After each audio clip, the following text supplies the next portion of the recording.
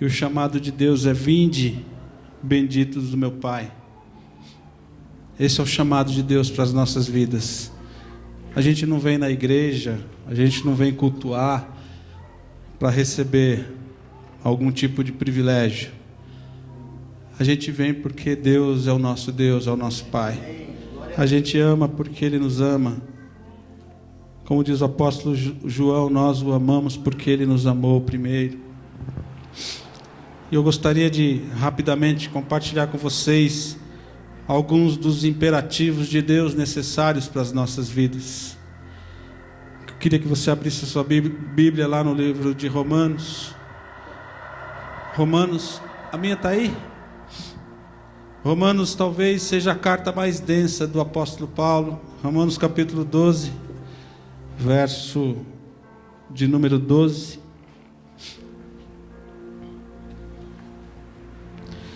Romanos é a primeira e mais longa epístola do apóstolo Paulo. Ela é o mais importante legado teológico do apóstolo que nós temos. Ela é algo precioso, é a suma teológica que fala da justiça, da soberania de Deus, da justificação pela fé e do sacrifício de Cristo, e sobre a universalidade do pecado, porque todos pecaram e destituídos estão da glória de Deus. Só em Cristo que nós somos restituídos à glória de Deus. E eu quero compartilhar com vocês isso que o apóstolo Paulo chama de imperativos.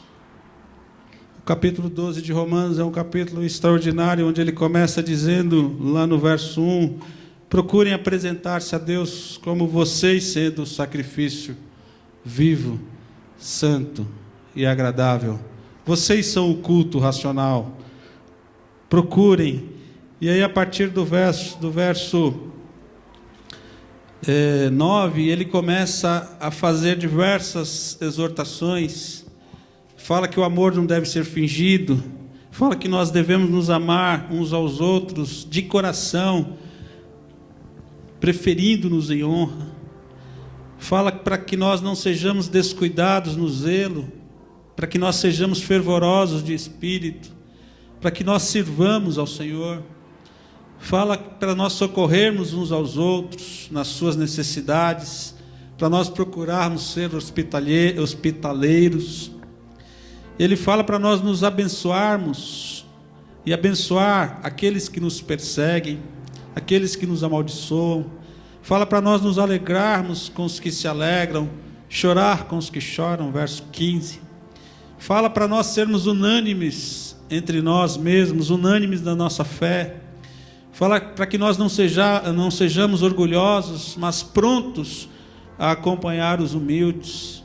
Fala para que nós não sejamos sábios aos nossos próprios olhos, ao nosso próprio entendimento. Fala que nós não devemos, verso 17, a ninguém devolver o mal por mal, pelo contrário, precisamos procurar fazer o que é certo diante de todos. Fala que, se possível, no que depender de nós, nós devemos viver em paz com todos os homens, verso 18. Fala que, amados, não vos vingueis a vós mesmos, porque a vingança é do Senhor. Fala no verso 20, se o nosso inimigo tiver fome, devemos dar-lhe de comer, se ele tiver sede, devemos dar-lhe de beber, porque se nós fizermos isso, nós amontoaremos brasas vivas sobre a nossa cabeça. E conclui dizendo, não te deixes vencer pelo mal, mas vence o mal com o bem. É um texto maravilhoso, um texto incrível, um texto que você tem que ler, reler, você tem que degustar. Assim, é gostoso a gente degustar uma comida, né?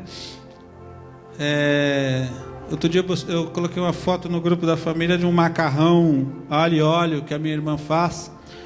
É muito gostoso a gente degustar uma comida, mas é tão maravilhoso você degustar a palavra de Deus. Você vê que Ele está te batendo, está te pedindo coisas que são difíceis de fazer, mas você fala, puxa, que delícia isso, Que maravilha! Eu não posso ser vencido pelo mal, mas eu posso vencer o mal com o bem. E aí você automaticamente se lembra de José do Egito, lá no capítulo 55 de Gênesis, quando os irmãos mentindo chegam ao nosso pai e pediu para você perdoar a gente. E ele fala assim: acaso estou eu no lugar de Deus? Deus transformou o mal em bem. Esse é o Deus da nossa vida, esse é o Deus da nossa fé, esse é o Deus da nossa esperança. E eu não entendo, queridos, por que a gente não gosta de ler a Bíblia? Por que a gente tem tanta dificuldade onde tem um alimento, né, pastor Paulo? É um alimento tão precioso, tão pujante, tão vivo, tão maravilhoso, e vivo de fato e de verdade, Sérgio, porque o escritor aos Hebreus disse que a palavra de Deus é viva e eficaz. Ela penetra no nosso interior ao ponto de dividir juntas e medulas. Essa é a palavra de Deus. E ao invés de nós darmos crédito à palavra de Deus, nós damos crédito ao que os outros dizem. Nós damos créditos a que a nossa mente produz. A gente dá crédito ao Cortella. Muita gente, inclusive nas igrejas, dão mais crédito ao Cortella do que o que a palavra de Deus diz. Mas o Cortella é um ateu. O Cortella é um ateu. E para muita gente o que ele fala é mais importante do que está aqui. Como que chama aquele outro filósofo careca que todo mundo gosta de o Karnal? Ele é tão carnal. Desculpa o trocadilho, Karnal, se você ficar sabendo. Mas ele é tão carnal que por si só não deveria dar crédito a ele. Ele fala coisas boas, obviamente que fala. O Cortella fala coisas boas, obviamente que fala. Mas a nossa regra de fé e prática é a palavra de Deus. Não são esses homens. Não é através desses homens que a gente descobre que Cristo morreu na cruz para que nós tivéssemos direito à ceia do Senhor. É aqui. Porque por esses homens nós somos levados a descrer no que nós vamos fazer aqui. Por causa desses homens não tem ceia. Mas se você vem aqui, você vai ler, como eu já falei anteriormente da carta, quando Paulo diz que todos pecaram e destituídos da glória de Deus ficaram. Sem Jesus, nós estamos mortos em nossos pecados e delitos.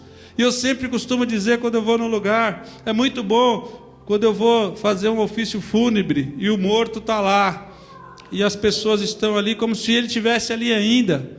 Ele não está mais lá, é só um corpo congelado, duro, inerte. E sem Jesus nós somos exatamente igual àquele corpo, congelado, duros, inertes. Por isso que, acho que é por isso que Deus fala: se hoje vocês ouvirem a voz de Deus, a minha palavra, não endureçam o vosso coração, porque se endurecer vai ficar igual ao do morto, congelado. Deus nos deu vida quando nós estávamos mortos em nossos pecados e delitos. Você pode dar um glória a Deus? É porque Ele fez isso. Você estava morto, eu estava morto. E morto não tem opinião, morto não tem gosto, morto não tem querer. Quem opera em nós o querer e o efetuar é Deus. Sem Deus não tem. Nós vamos continuar praticando as obras da carne. E aí tem um capítulo da palavra de Deus que fala só sobre as obras da carne, que a pastora Patrícia leu aqui na sexta-feira. As obras da carne são essa, não vamos entrar no detalhe. Mas vamos aos imperativos que são necessários, que estão dentro desse texto, que eu fiz questão de pular o verso 12. O apóstolo Paulo, ele destaca 3 imperativos para a nossa vida cristã. Amém? E que imperativos são esses? Vejamos o texto, verso 12. Podemos ler juntos, está projetado aqui. Regozijai-vos na esperança, sede pacientes na tribulação, na oração, perseverantes. Esse é o conselho do apóstolo, esse é o conselho da palavra. Aqui, nesse único versículo, tem 3 imperativos incríveis, absolutos, necessários para a nossa vida. Em primeiro lugar, precisamos de uma esperança cheia de alegria. Precisamos de uma esperança cheia de alegria, porque a esperança é o combustível que nos alimenta em nossa jornada rumo ao céu, rumo ao futuro. Nós precisamos de uma esperança cheia de alegria, por isso ele começa dizendo: regozijai-vos, alegrai-vos na esperança. Quantas vezes, a Adriana estava falando aqui, a gente precisa, a alegria deixa o rosto formoso, a alegria transforma do interior de dentro para fora, porque a alegria, ela é um combustível, e o apóstolo ele vai mais profundo ainda, ele fala assim: se alegrem na esperança. Muitas vezes você tem esperança, mas não tem alegria, e é um caos. Esperança sem alegria é um caos. Quando ele está escrevendo lá o texto de Coríntios 13, lá no final, ele diz assim: agora pois restam 3 coisas. Vocês lembram quais são? A fé, a esperança e o amor.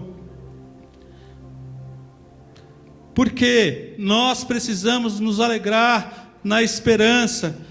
Nós, todavia, somos daqueles que esperam até mesmo contra a esperança. Se você chegar no lugar e a pessoa falar: não tem mais esperança, fala: eu creio no Deus que tem esperança, eu creio no Deus que dá esperança, eu creio no Deus que tem a solução. Não, mas o médico falou que não tem mais jeito, mas eu creio que tem jeito.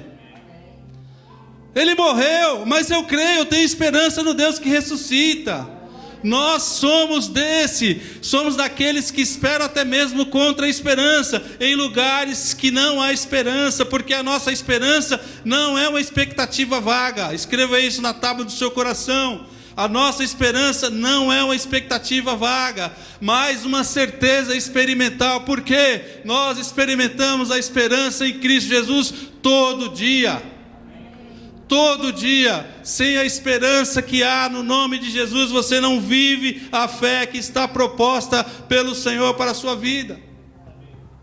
Então, a nossa esperança não é uma expectativa vazia, vaga. A nossa esperança está firmada numa certeza que nós experimentamos todos os dias da nossa vida. Essa é a nossa esperança.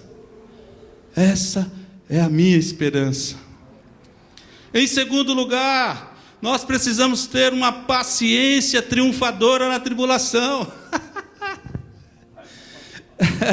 Essa é a parte mais fácil. Essa é a melhor parte. Um versículo só, misericórdia. Nós precisamos ter uma paciência triunfadora na tribulação. A vida não é um parque de diversões, nem uma colônia de férias, queridos. A minha vida e a sua vida não é um parque de diversão, nem tampouco uma colônia de férias. Jesus diz o quê? No mundo tereis muitas alegrias. No mundo tereis o quê? Aflições, mas tenham bom ânimo, porque eu já venci o mundo. Tenham bom ânimo, querido. Diga para o seu irmão: tenha bom ânimo.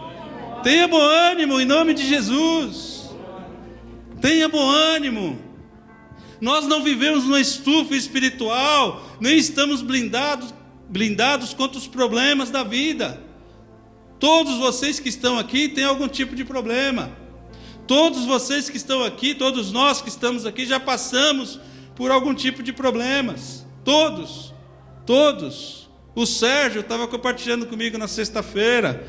Os amigos, ele é aviador. Os amigos, a maioria estão com câncer.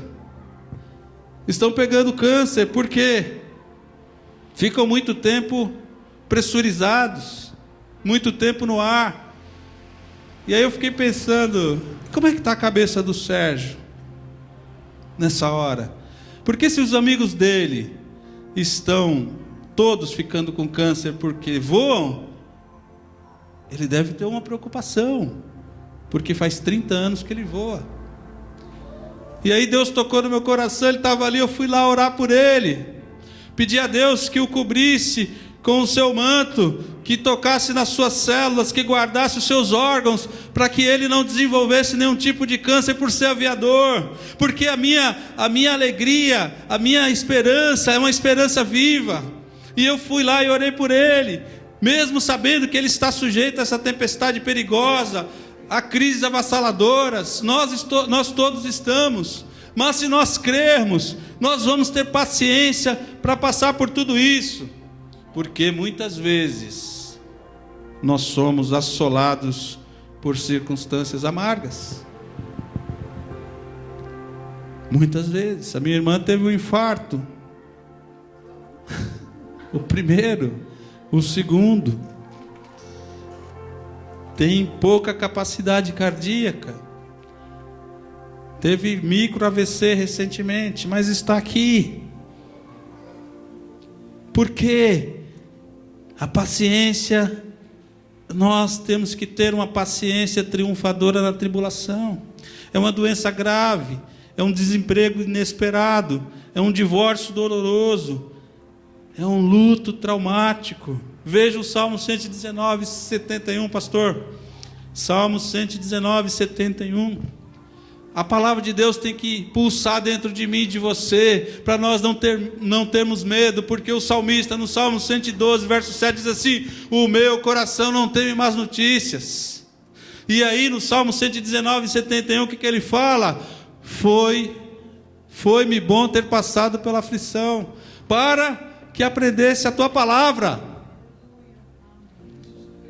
os teus decretos, a tua palavra. Porque o Salmo 119 inteiro está falando da palavra. E no 81, pastor, verso 81, do mesmo Salmo: desfalece minha alma, aguardando a tua salvação. Porém, eu confio na tua palavra. Porque se Deus falar assim: Sérgio, você nunca vai pegar um câncer por ser aviador, acabou, você não vai pegar, porque você tem que confiar na palavra. Se Deus fala com você, você fica vivo. Veja o que Tiago diz no capítulo 1, de 1 a 4. O apóstolo Tiago, irmão de Jesus. Tiago 1, de 1 a 4. Tiago, servo de Deus, do Senhor Jesus Cristo. As 12 tribos que se encontram na dispersação, saudações. Meus irmãos, tende por motivo de alegria ou passardes por várias provações. Caramba, os caras não são fáceis, hein, meu? Eu estou aqui sofrendo, eles falam que eu tenho que ter alegria, sabendo que a provação da vossa fé, uma vez confirmada, produz perseverança. Ora, a perseverança deve ter ação completa, para que sejais perfeitos e íntegros, e em nada deficientes. E quem fala para a gente ser perfeito? Deus chama Abraão no capítulo 17 de Gênesis, verso 1, e fala assim: Abraão, vem cá, eu tenho uma proposta para te fazer, bem fácil. Qual que é, Senhor? Estou aqui. Anda na minha presença e seja perfeito. Só isso? Só isso? Mas Jesus aperfeiçoa lá em Mateus capítulo 5, ele fala assim: portanto, sede vós perfeitos, como perfeito é o vosso Pai Celeste. Caramba! Só isso? Só isso? E aí Tiago completa: ora, a perseverança deve ter uma ação completa em vocês, para que vocês sejam perfeitos e íntegros, em nada deficientes. O perfeito que Deus fala na sua palavra é um vocábulo que vem do latim perfectum, significa quase pronto. Nós estamos quase prontos. E o próprio Paulo, na própria epístola aos Romanos, ele fala assim: Deus está nos aperfeiçoando. Amém? Deus está te aperfeiçoando. Diga para o seu irmão: irmão, Deus está te aperfeiçoando. Deus está me aperfeiçoando. Fala com convicção: Deus está te aperfeiçoando e está me aperfeiçoando. As tribulações não vêm para nos destruir, mas para nos purificar, mas para nos tornar mais parecidos com Jesus.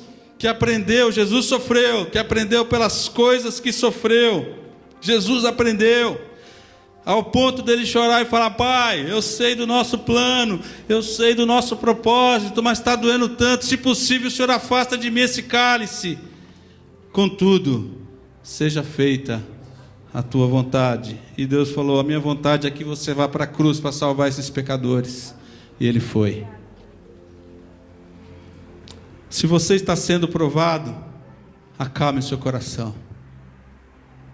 Está sendo provado, Maurício? Acalme o seu coração. Se alegre. Paulo fala assim: se alegre, porque você precisa ter uma paciência triunfadora na tribulação. E a paciência é o quê? Fruto do Espírito. Fruto do Espírito.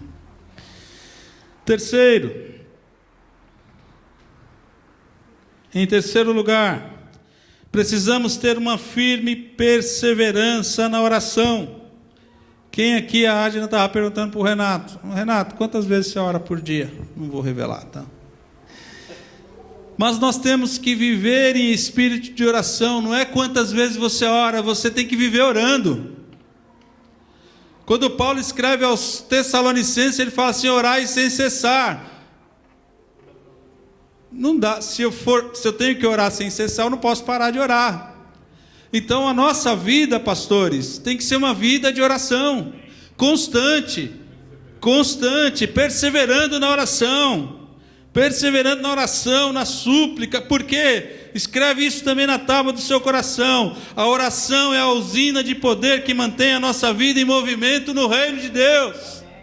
A oração é a usina de poder que mantém a sua e a minha vida em movimento no reino de Deus. Porque a oração não muda Deus, a oração muda-nos. Sabe por que ela nos muda? Deus é luz, amém? Quanto mais você ora, mais você se aproxima da luz, e a sua escuridão vai embora. Deus é paz. Quanto mais você ora, você se aproxima da paz, e a sua tribulação e agonia vão embora. Deus é vida. Quanto mais você ora, você se aproxima da vida verdadeira, e você fica menos morto. Deus é alegria. Quanto mais você ora, mais perto você está da fonte da alegria. Olha só como é importante. Sem oração não há força para caminharmos vitoriosamente em comunhão com Deus. Sem oração não tem comunhão com Deus. Eu não entendo. As pessoas querem fazer muitas coisas e querem falar muitas coisas, mas não tem oração. Não tem comunhão com Deus sem oração. A vida sem oração é um caos.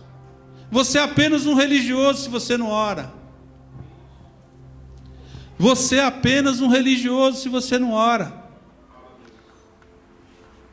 Religioso, um cara que cumpre tabela, bate o cartão na igreja todo domingo, faz uma açãozinha aqui, outra ali, para dizer que fez. O fariseu fazia isso. E fazia bem, né, pastor? Porque ele dava o dízimo certinho, orava lá certinho. Não sejam, ou não sejamos como os fariseus.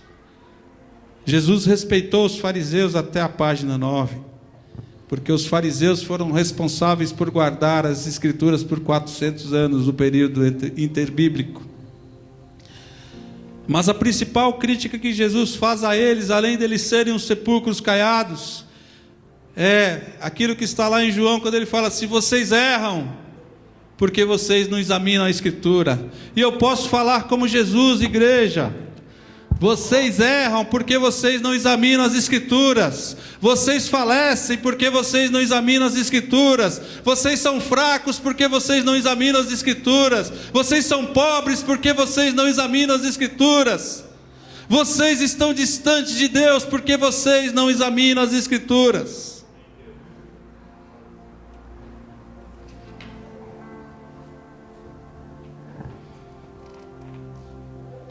Sem oração, nós estamos mortos. A nossa missão será um fracasso. A oração une. Muito lindo isso, querido. Escreve isso também na tábua do seu coração. A oração une a fraqueza humana, a onipotência divina, e conecta o nosso altar de oração com o trono da graça de Deus.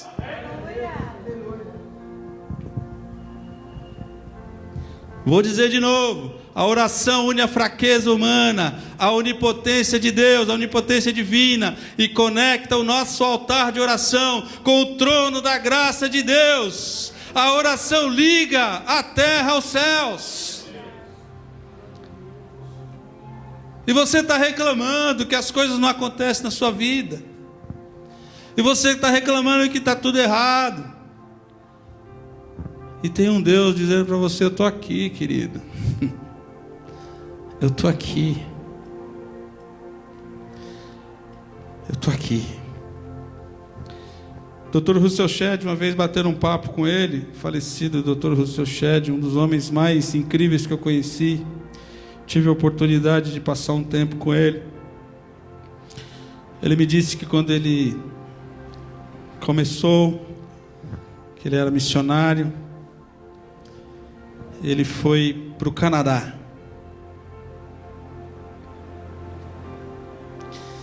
E lá no Canadá os cemitérios não são como os nossos aqui.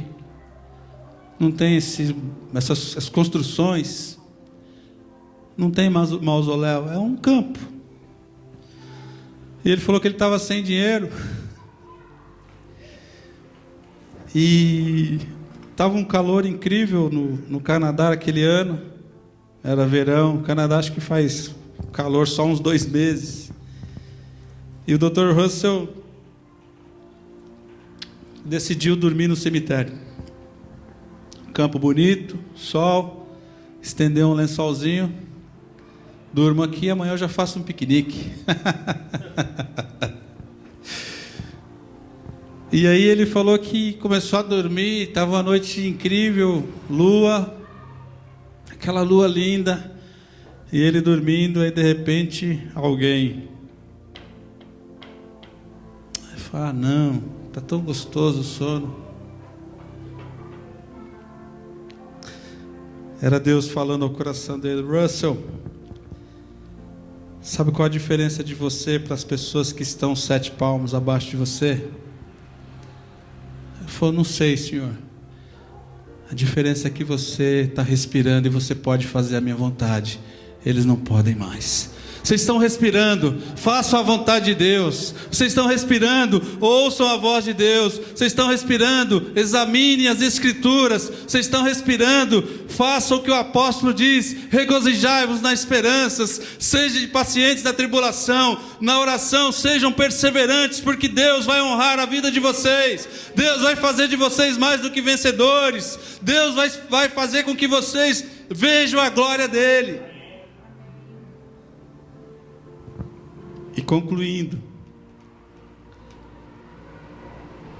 tem muito mais coisa desse versículo, mas nós trataremos numa outra oportunidade.